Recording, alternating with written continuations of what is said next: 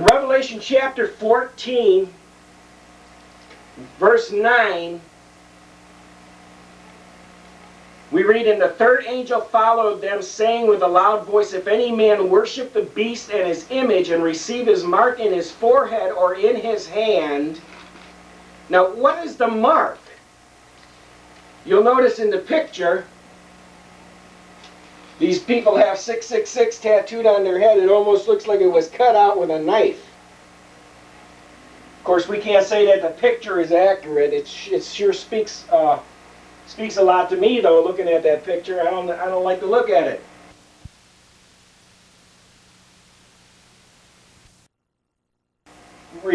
Concerning this mark, that if any man worship the beast, his image, receive his mark in his forehead or in his hand, verse 10, "The same shall drink of the wine of the wrath of God, which is poured out without mixture into the cup of his indignation. He shall be tormented with fire and brimstone in the presence of the holy angels and in the presence of the Lamb." Now we're going to look into what is this covenant mark of the beast, because I believe it is a covenant mark of the beast. Let's look at Revelation chapter 13, 11.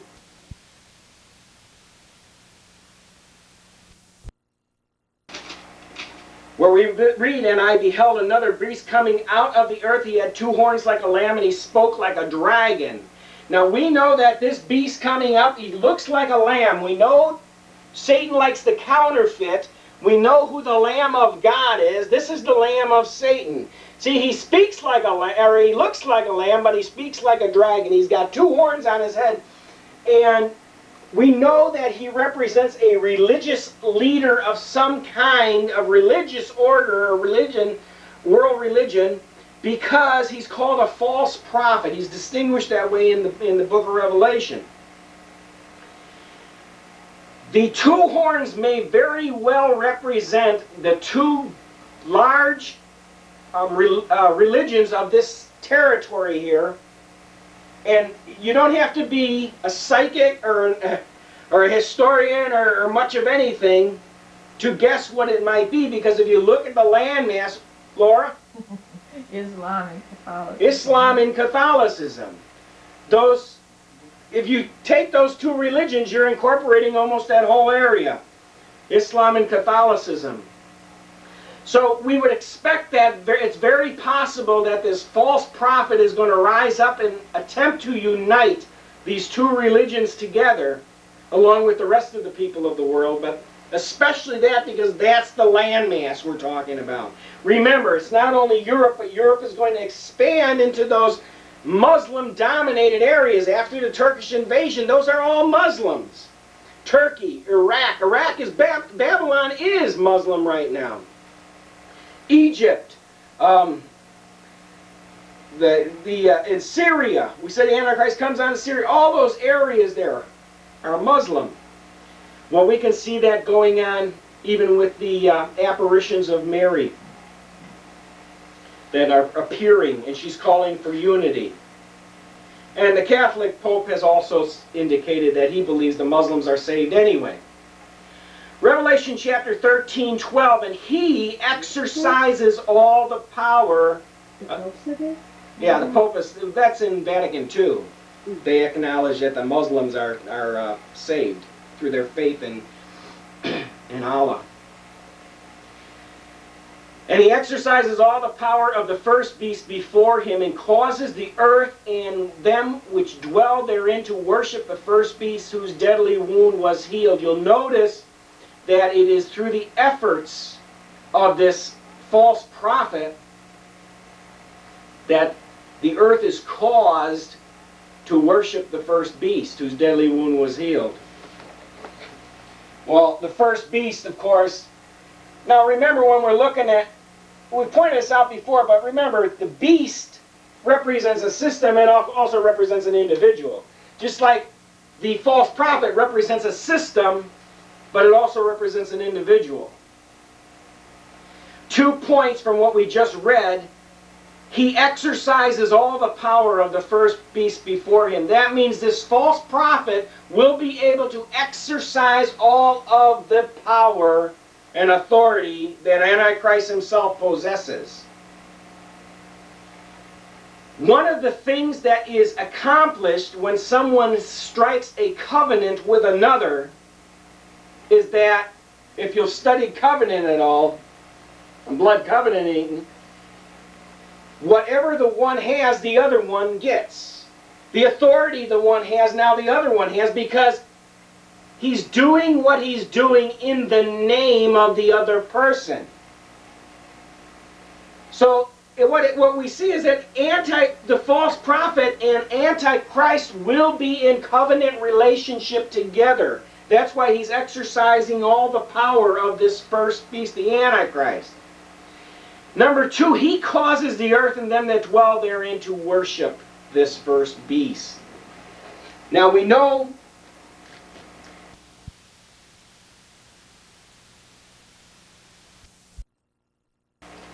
masses of the people of this day are going to be deluded, deceived, because of the miracles that this second beast, this religious beast, can do, because of this covenant relationship that he has with the first one. Remember, the first one is empowered by Satan. The 7 spirits of Satan have entered into this human body, Antichrist. But through the covenant relationship, the second one is able to call down fire from the sky. Remember, Satan is a counterfeit.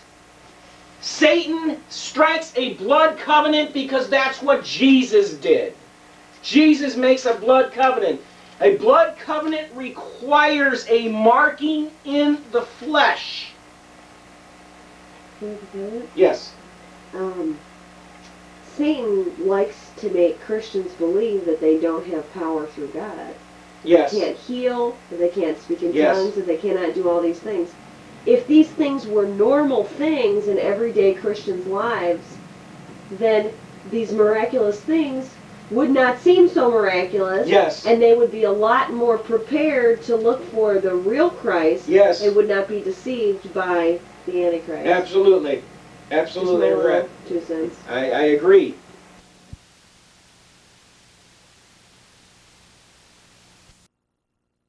Remember, Christ came to make a covenant.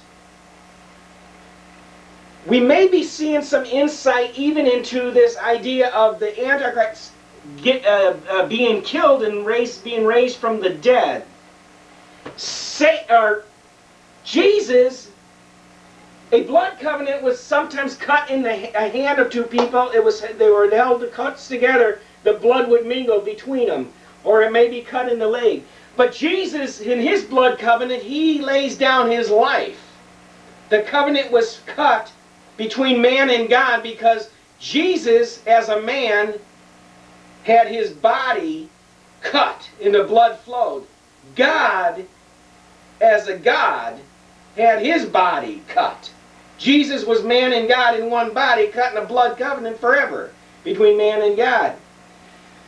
Satan is going to, or Antichrist as a man is going to make a blood covenant with Satan, and this may not, his death may not be an assassination. Well, we've been saying assassination all along, but there is this potential that his death will be the death of a shaman.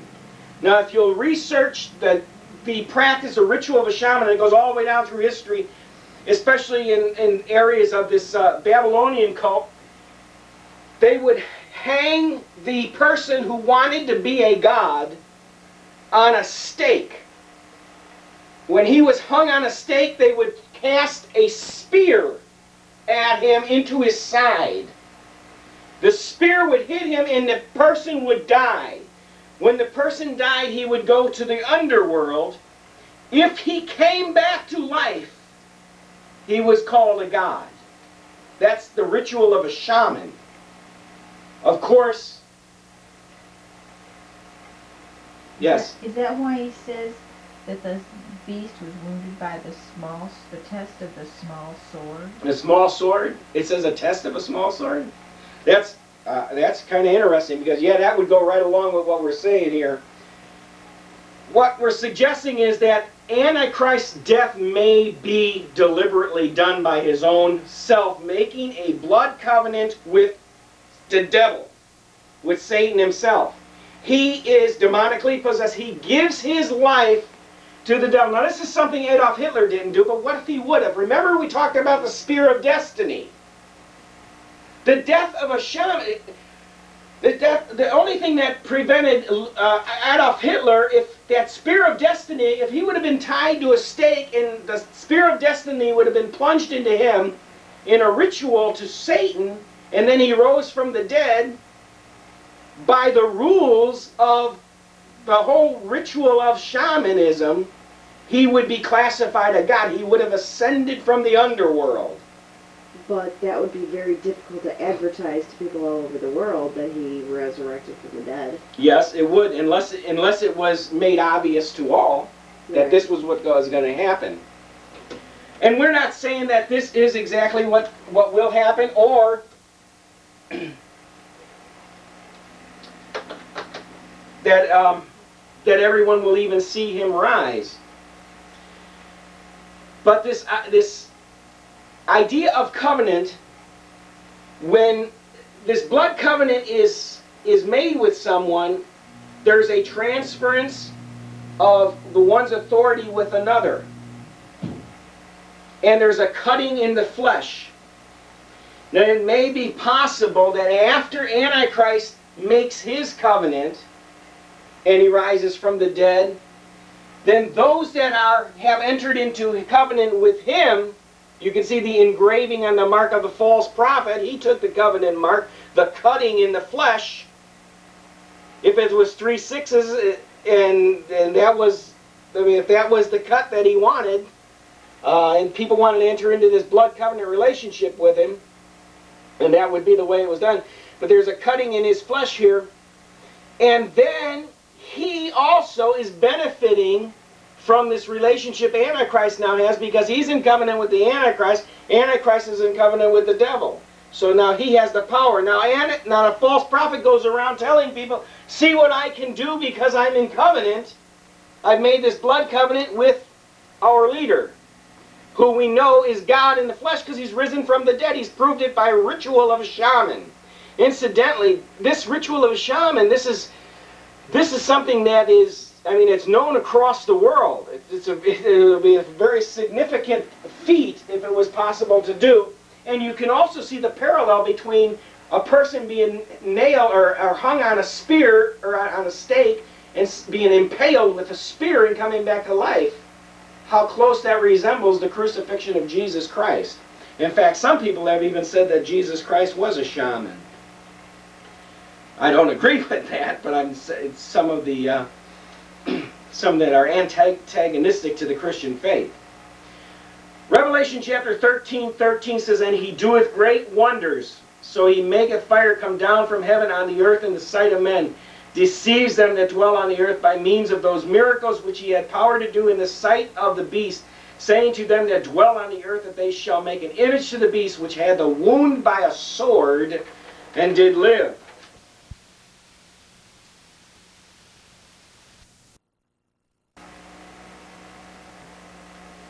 And again, that wound does not, it could be the wound of this ritual.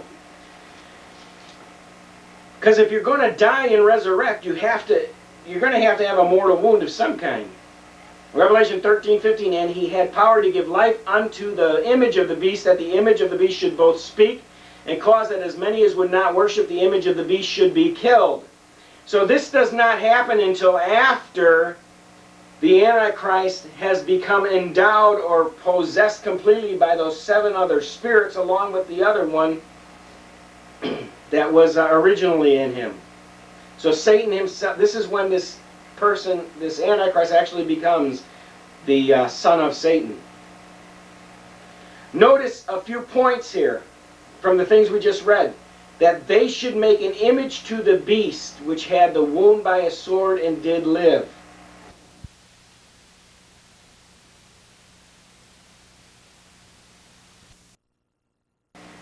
Here's a picture we've seen before. We have the false prophet back here blowing a breath of life into the image of the beast, the image even coming to life.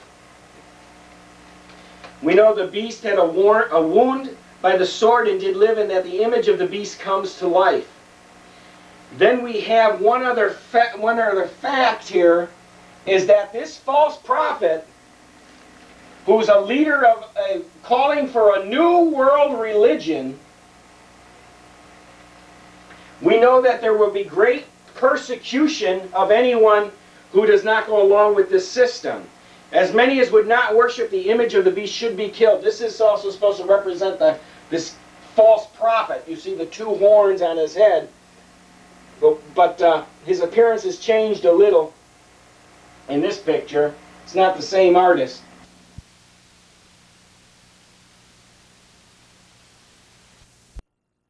And one thing going on here, we do have a false prophet rising up when to establish this joining of these religions of Islam and Catholicism and Hinduism, and trying to get all this into one religious system.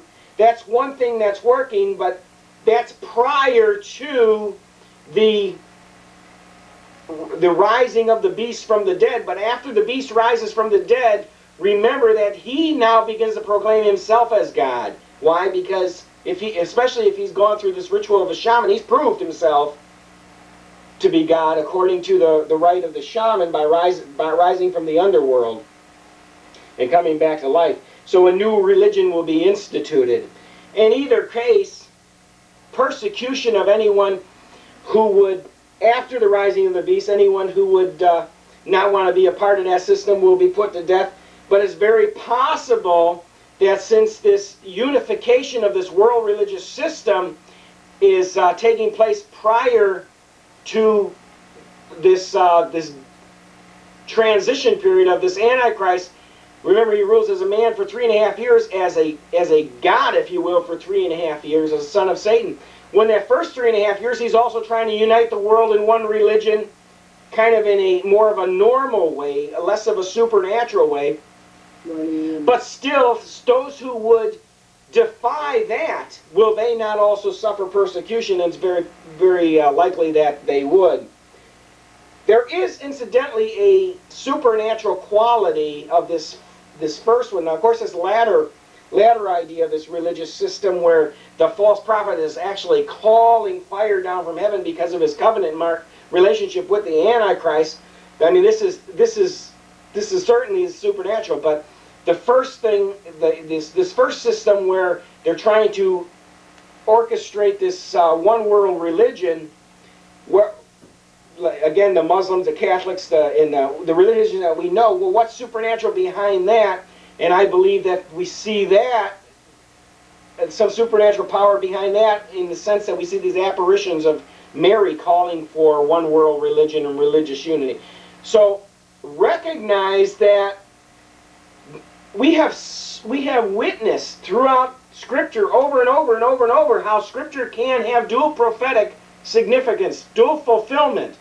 There can be more than one thing going on at that time. In fact, the Scripture says that God shall send them a great delusion, so they'll be deceived because they didn't have a love for the truth.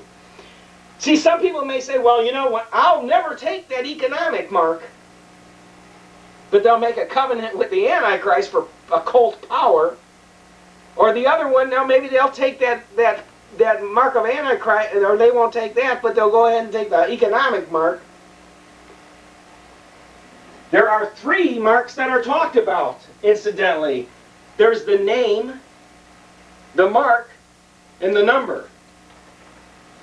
And we'll see that in a little while here. But it's not just if you take the mark of the beast. It says if you take his name. See, if you enter into a covenant relationship with the Antichrist, you're taking his name upon yourself. Oh, incidentally, I wanted to say this. I got sidetracked. Remember, Satan is a counterfeiter. This idea of blood covenant, you see how the false prophet can do these supernatural powers of Satan because he's in covenant relationship with Antichrist. But this is just a parallel or a copycat of what Jesus has done. Jesus came, he entered into blood covenant relationship with us. And he said he's going away to his Father. He said, but you go out in my name. You're in covenant now. You go in my name. The works I do shall you do also. Greater works, and this goes, according to on the same along the same line as what you brought up about if these things were happening like they should be happening, Jesus has called us to do the same works. And when the heat gets turned up, we should expect that also God will turn his power up. But we should be walking and in the power of Christ, realizing the benefits of that covenant, because Satan is just a counterfeiter. If it works on the evil side, it should be working on the good side. But he's filled us with doubt and unbelief, and we have ministers across the world telling us that those things were meant for only the apostles. Back to the Antichrist, 2 Thessalonians chapter 2, verse 9. Even him whose coming is after the working of Satan with all power and signs and lying wonders. Notice that. The coming of Antichrist, at least in his final form, will be after the working of Satan with, the 2 Thessalonians chapter 2, verse 8, with all power, it says. Not just power. Not just satanic power. Remember we said Satan's unlimited, unchecked power. The working of Satan with all power and signs and lying wonders, with all deceivableness of unrighteousness in them that perish, because they receive not the love of the truth, that they might be saved. And for this cause God shall send them a strong delusion. Why? That they should believe the lie. Said God sends them this delusion. It's almost like God is saying, I've had enough. I'm going to weed out the... It's time to weed them out. Yeah. I've had enough. If you would have trusted me, if you would have listened to my gospel, if you would have taken the truth that I gave you, you would have understood what was coming on the earth. You would understand how to stand against it. Now comes the test. And Thessalonians clearly says, and this is Paul, the apostle of grace speaking, by the way, that they all might be damned who believe not the truth, but had pleasure in unrighteousness.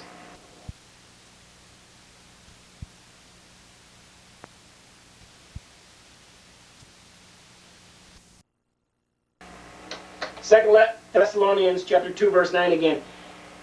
Even him whose coming is after the working of Satan with all power, signs, and lying wonders. See, Antichrist in his resurrected state will no longer be just a man. We've looked at how Satan's kingdom was cast down as the tree was cut off. There was a promise given that Satan would again come back upon his throne. These 7 heads of Satan, the 7 spirits of Satan, will go into the Antichrist. It will be Satan ruling in that day. The Antichrist will be just as much the son of Satan as Jesus Christ was the son of God, because he's a counterfeit.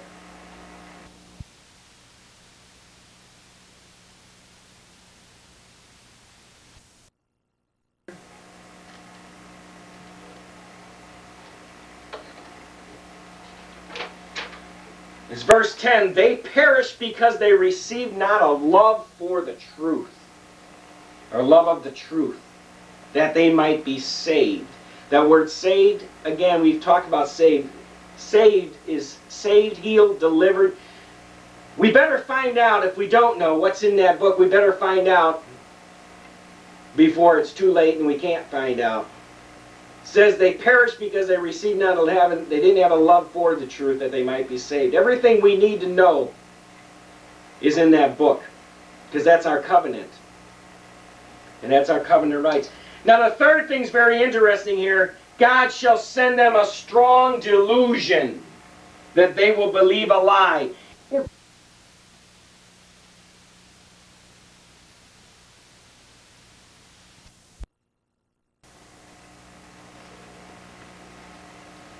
The possibility exists. Remember, we said what is common to man.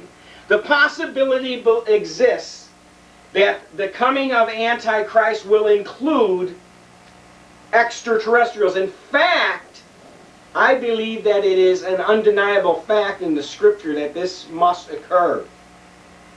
Contact. People have been claiming to make contact all along with these beings from outer space. Is it possible that a UFO could land? What would be the world's reaction? Would they continue to tote? You know, would your average Christian be able to hold up faith in this word when an encounter like a spaceship landing and extraterrestrials coming out and communicating with the governors of the nations of this world? Going to the United Nations, in fact, telling them that they need to come and dwell with Earth because their planet was destroyed, or they're here as our guests. We can't even begin to speculate on what the great deception and delusion could be.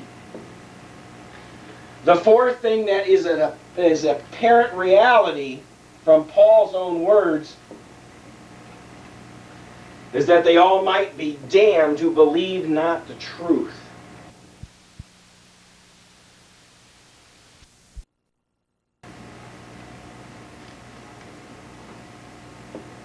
Now, this idea of extraterrestrials and UFOs having to do with the end time scenario. Is this a possibility? Daniel chapter 11 verse 38 says, "But in his estate he shall honor the God of forces, a God whom his father knew not. Shall he honor with gold and silver, with precious stones and pleasant things."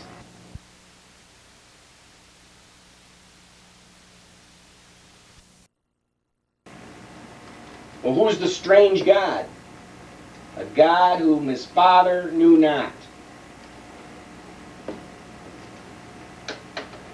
Thus shall he do in the most strongholds with a strange God whom he shall acknowledge and increase with glory. There are many people who believe that contact has already been made with the leaders of this world. This would certainly answer to the question of a strange God. There's a tape that is available called The Return of the Nephilim, which I recommend very highly. It has to do with this phenomenon. Are the UFOs real? Where do they come from? Were they in the ages of the past? What does the Bible say about them? Are they friendly or hostile? What is their agenda? Daniel 11:39 says, "He shall cause them to rule over many, and shall divide the land for gain." I'll read the whole thing together. "Thus shall he do in the most strongholds with a strange God, whom he shall acknowledge, increase with glory, and he shall cause them to rule over many, and shall divide the land for gain."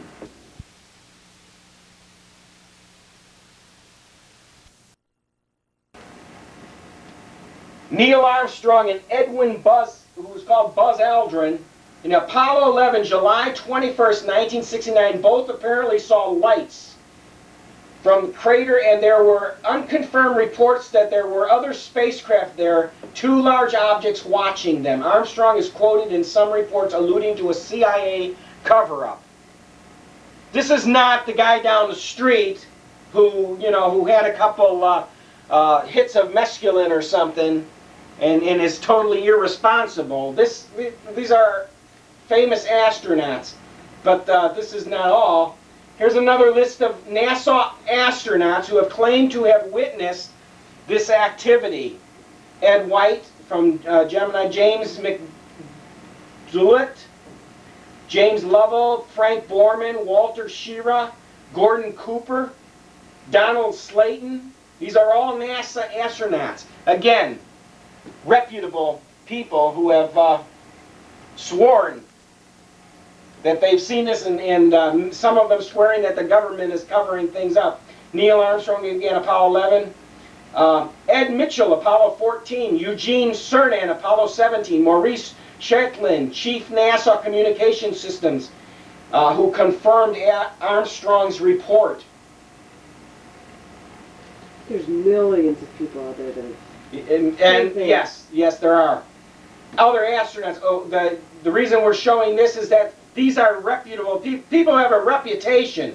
People that are, I mean, these. If anybody saw this, you know, the astronauts, the pilots, they should be able to bear witness that these things are true, and in fact they do. Major Robert White, an X-15 pilot. Joseph Walker, an X-15 pilot. Scott Carpenter, NASA. John Blaha, Discovery Space Shuttle.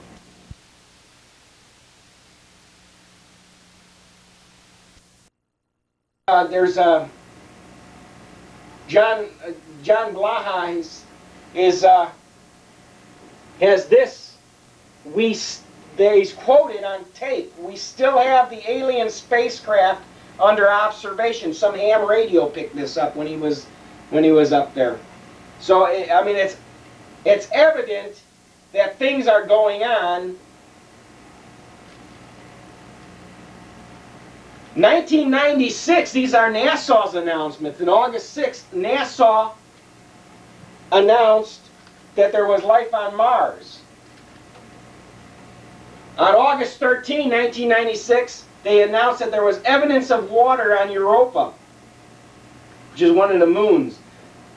I don't know which planet. I don't know if that's of Mars. I think it's of Mars.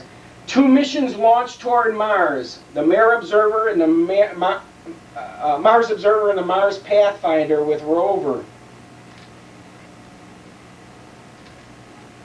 USA Today had an article: was there life on Mars?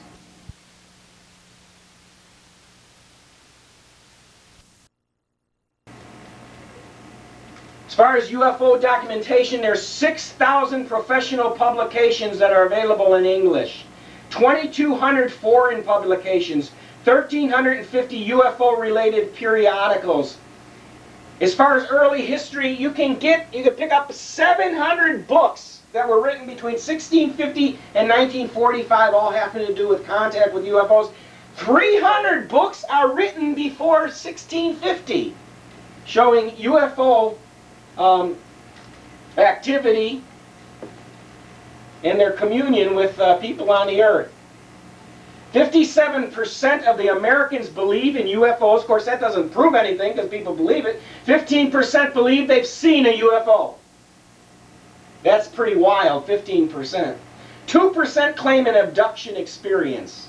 Now again, I don't know who did these studies, but this is kind of staggering if you consider the potential that, I mean, they're saying 2% claim. Well, what if it's only 1%? What if it's only 0.5%? That's still a lot of people that are claiming they have an abduction experience. Now, this abduction experience that they're having all has to do with the sexual reproduction anatomy of the human beings, which is a real scary thought. So it looks like they're trying to, whoever these people are out there, these beings are out there, they're trying to use genetics. Remember we said... The Old Testament talks about angels coming down and having sex with humans. Yes, it does. And reproducing. And it looks like their plan has never stopped. Jesus said, it looks like their plan, their agenda has never changed. Jesus said the last days would be as the days of Noah. What was going on in Noah's day was sexual reproduction. Angels were trying to produce offsprings. Now, they didn't do a very good job at it, evidently, but they did to the point where God had to destroy the first earth. Well, in our time, the emphasis still seems to be on genetics and the reproductive ability or capability that humans have. See, angels have no ability to reproduce, but by using humans reproductive systems, evidently they can make children.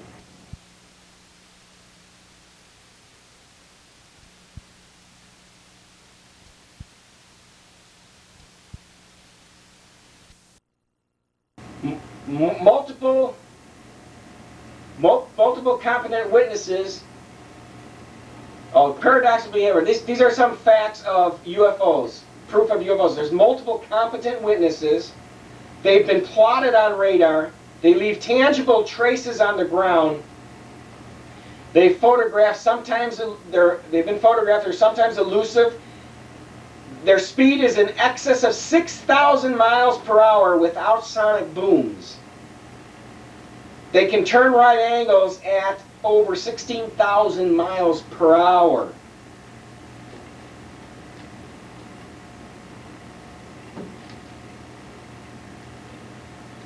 Here's some more on alien abductions.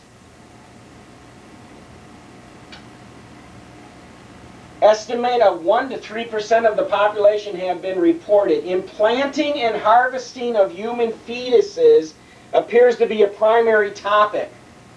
Could this, in fact, he asked the question, could this be a repetition of the strange events of Genesis 6, which, as Karen just brought up about the Nephilims?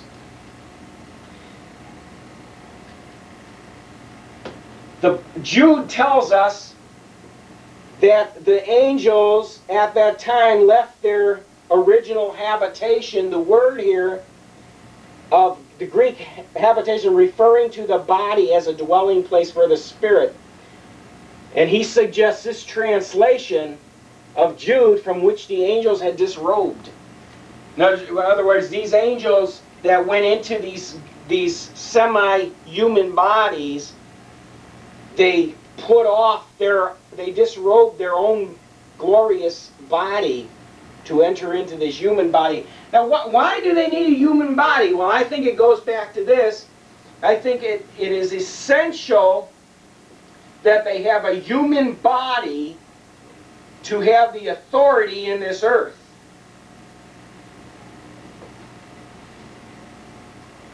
They must be born of this earth to have authority. Because the earth had been given to Adam.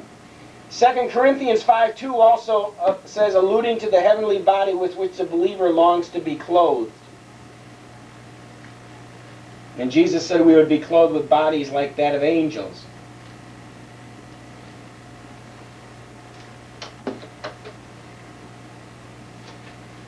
Is this scary? I think it's scary. Yeah.